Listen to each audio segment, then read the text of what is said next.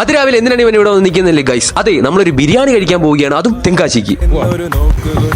Bomb പൊട്ടിയെ പോലെ എണീക്കാത്ത നമ്മളൊരു കൂട്ടുകാരനെ എണീപ്പിക്കുക എന്നുള്ളതാണ് ആദ്യത്തെ ടാസ്ക്. എല്ലാം കഴിഞ്ഞ് എല്ലാവരും വന്നപ്പോഴത്തേക്കും നേരം വെളുത്തു. പിന്നെ മുന്നോട്ട് വെച്ചാൽ മുന്നോട്ട് എന്ന് പറഞ്ഞുകൊണ്ട് തന്നെ ഞങ്ങൾ എല്ലാവരും വണ്ടി കയറി നേരെ തെങ്കാശിക്ക് വിട്ടു. അതും കാട്ടിൽ കൂടെയാണ് നമ്മൾ തെങ്കാശിക്ക് പോകുന്നത്. ആനമയിൽ ഒട്ടകം ഉണ്ടെന്ന് പറഞ്ഞിട്ടാണ് ഗൈസ് ഈ വഴി വന്നത്. പക്ഷെ ആന കിടന്നിട്ട് ഒരു പൂട പോലും ഇല്ല ഗൈസ്. അങ്ങനെ ഞങ്ങൾ വന്യജീവികളെ കാണാൻ വേണ്ടി കാത്തിരുന്നു. പക്ഷെ ഞങ്ങൾക്ക് കിട്ടിയതോ ഇതാണ് ഗൈസ് ഇവിടുത്തെ വന്യജീവികൾ. കണ്ടാൽ തന്നെ പേടിയാവുമെന്നാണ് ഇവിടുത്തെ ആൾക്കാർ പറയുന്നത്. വന്യജീവിയെ കാണാൻ ഞാനും ഇറങ്ങി ഗൈസ് കാട്ടിലേക്ക്. പക്ഷെ ഇവിടെ ഒരു പുലി പോയിട്ടൊരു എലി പോലും ഇല്ല.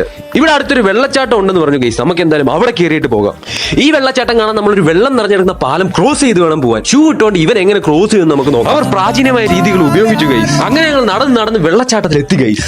വെള്ളച്ചാട്ടത്തിൽ കുളിക്കുമ്പോൾ ഒരു ഫീല് അത് വേറെ വൈബാണ് ഗൈസ്. ഇതാണ് കുംഭ ഉരുട്ടി വാട്ടർഫാൾസ്. ഫേമസ് ആണെന്ന് എനിക്കറിയില്ല, ബട്ട് കിടിലം സ്പോട്ടാണ്. അങ്ങനെ ഞങ്ങൾ അച്ചൻകോവിൽ വഴി തെങ്കാശിയിലെത്തി നല്ലൊരു ബിരിയാണി മേടിച്ച് കിടിലം ഒരു സ്പോട്ട് നോക്കാണ് കഴിക്കാൻ. നല്ല നട്ടുച്ച വെയിലത്ത് മാവിന്റെ തണലിൽ നിന്ന് ബിരിയാണിയെ കഴിച്ചു. എന്നിട്ട് നേരെ ഞങ്ങൾ തിരിച്ച് വീട്ടിലേക്ക്.